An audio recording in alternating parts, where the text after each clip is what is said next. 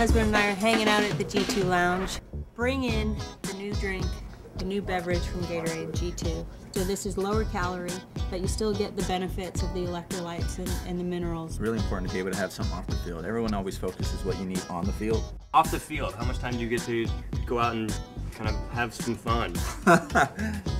Wow. Feeding's fun. Yeah, actually, it's feeding fun. time is actually really fun, so we enjoy that.